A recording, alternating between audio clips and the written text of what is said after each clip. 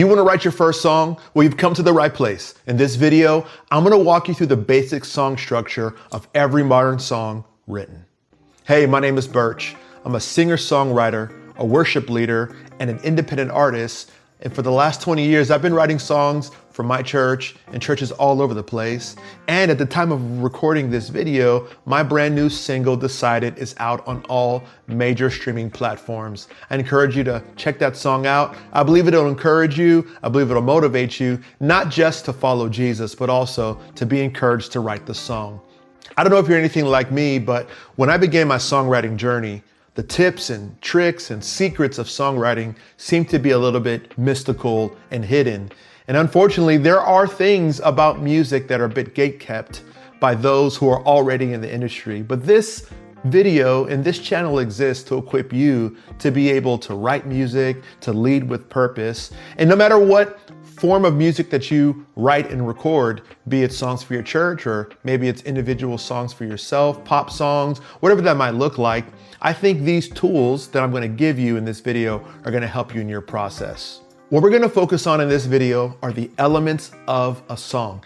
Not necessarily the recording, not necessarily the mix and the master, but what makes a song a song. And that is an intro, a verse, maybe a pre-chorus, a chorus, and a bridge. The first of which is self-explanatory, the intro.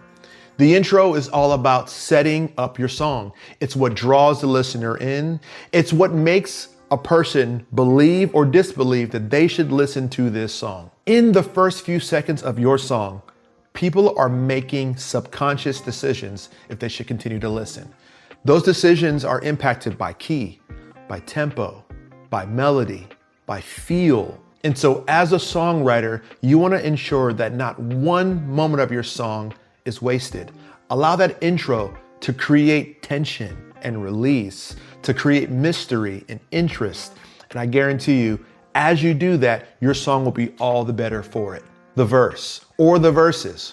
In songwriting, verses are all about telling the story of why this song should even be sung. It's the once upon a time of a story. It's the do you remember when?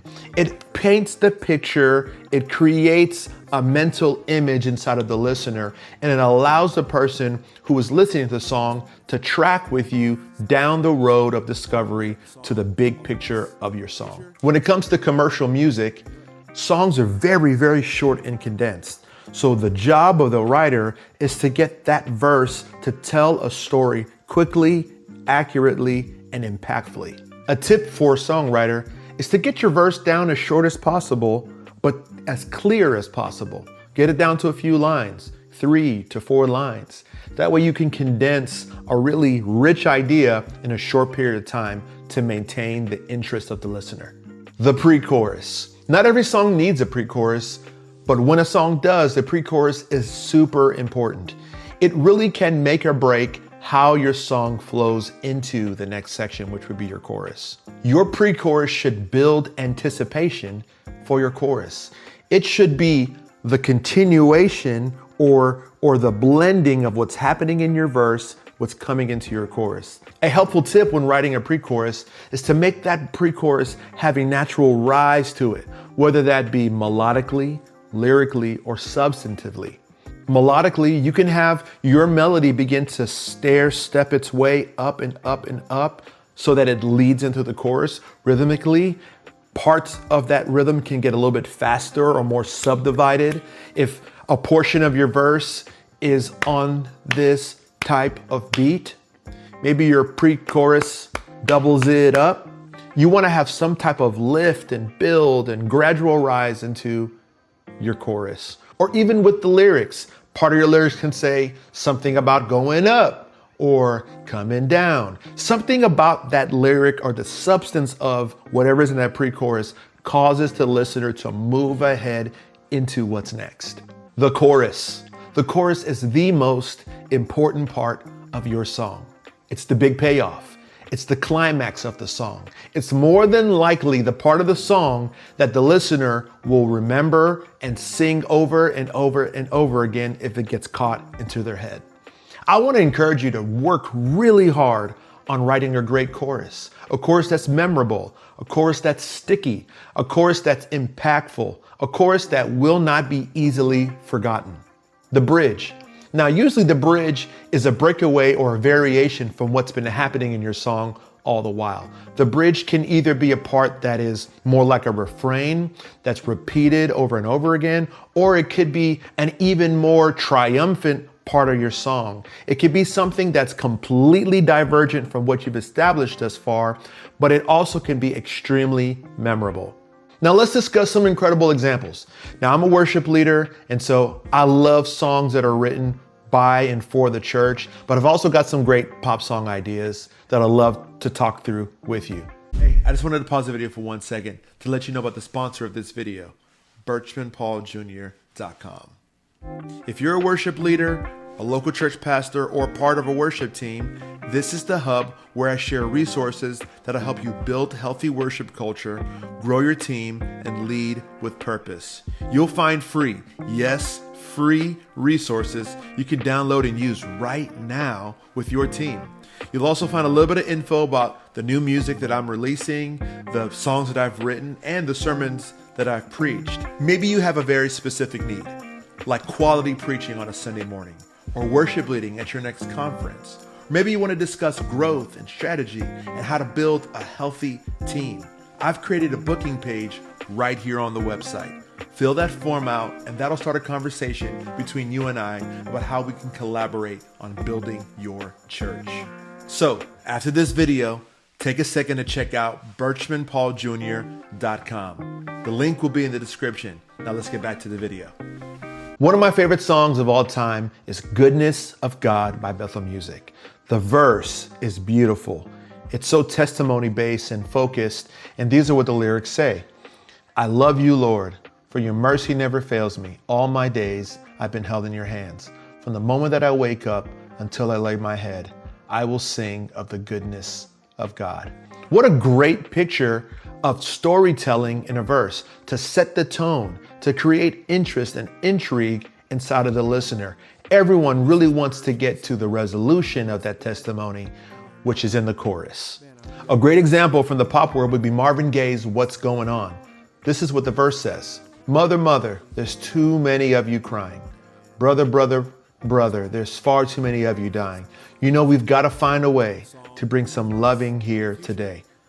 What an awesome story to tell. What a great way to draw people in, to make the listener interested and curious about how that is going to resolve itself, about what's the big story behind that. An incredible songwriting tool used in this verse is the use of repetition. Mother, mother, used twice, and then brother, brother, brother. You can just feel the desperation in that lyric. Amazing verse. Let's look at the chorus of Goodness of God. It says, all my life you have been faithful. All my life you have been so, so good. With every breath that I am able, oh, I will sing of the goodness of God.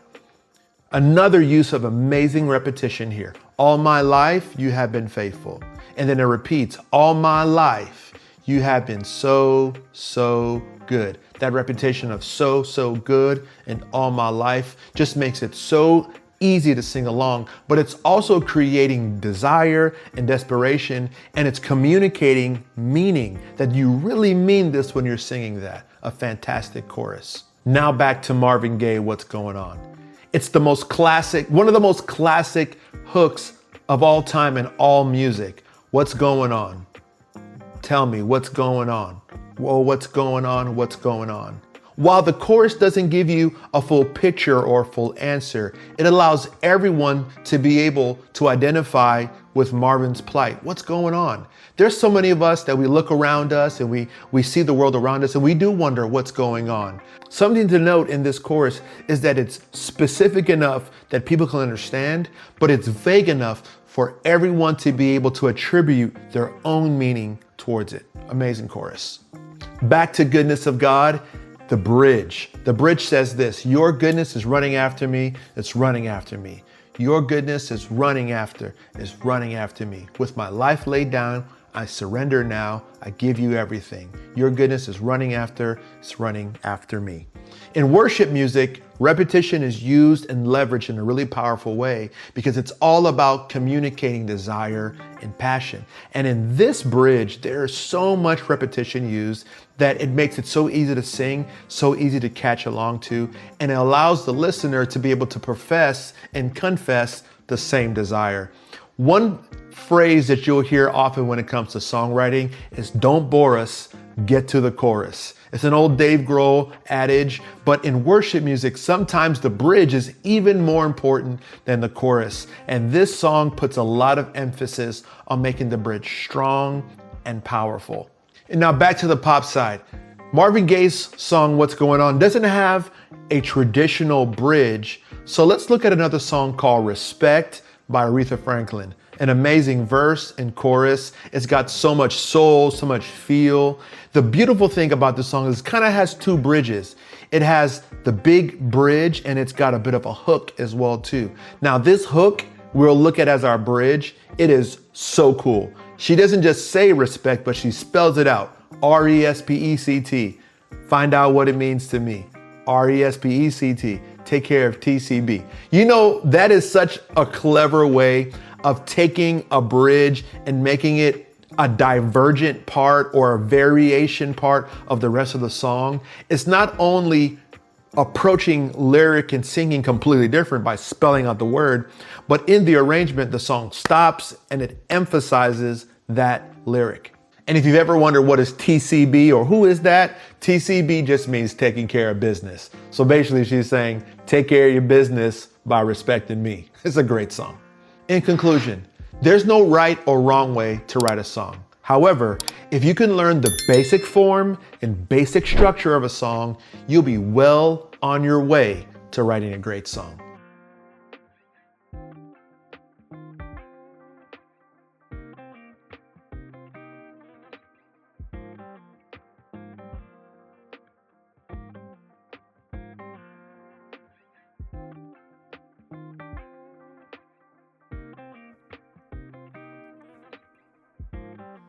Hey, this is Birch. I'm the songwriter that wrote In This Bed. And man, I hope you guys enjoy the song. Put a lot of effort into it so it can sound great.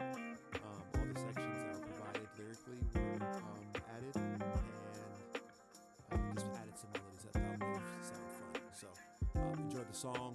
All the best in the future. And yeah, enjoy.